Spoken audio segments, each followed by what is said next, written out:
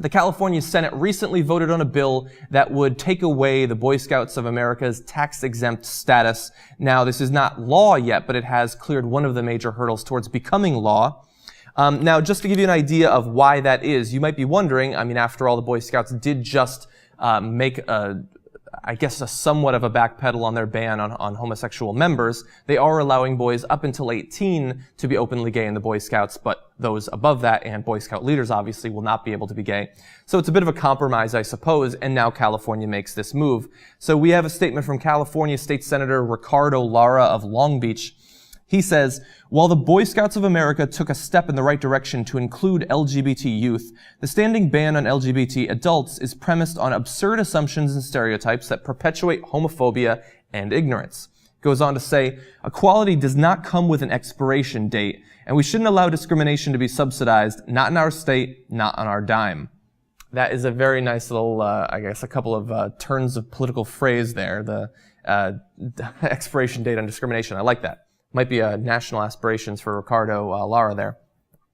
And so, look, I made clear when I was covering some of the biggest freakouts, some of the biggest overreactions to the Boy Scouts compromise coming from right-wingers last week, that I do not like this compromise. I think that they are trying to drag their heels on being pulled into the modern era as much as they can.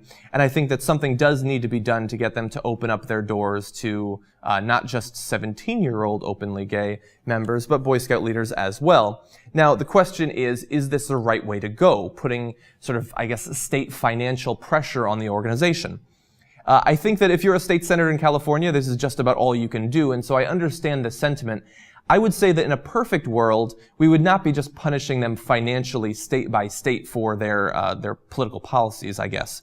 I think that the only way to get the Boy Scouts of America to make a durable change to their policies is for the parents of the Scouts, local politicians across the country, people like that, to appeal to the Boy Scouts to change.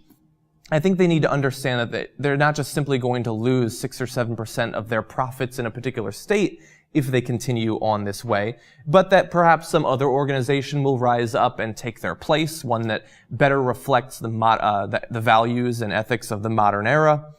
I think that that's just a better way for us to go. Now, I like that they're doing something. I like that if nothing else, small bills like this, when they're covered at the state level, will keep the spotlight on the policies of the BSA.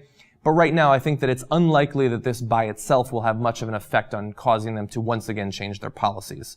So good move, probably not going to be all that significant.